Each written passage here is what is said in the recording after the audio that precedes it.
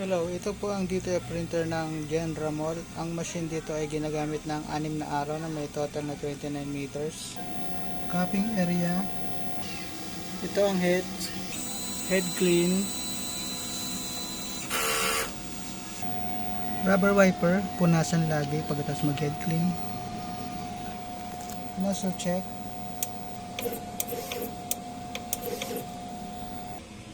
Ink system ay tama lang. Waste tank ay nilinis kanina. Ito naman ang EBR. Ito naman ang ground wire. Ito ang mga in-use supply natin. Unused ink, unused powder at saka white ink, cleaning solution. Dito naman sa baba yung detail field natin. Daily workload record.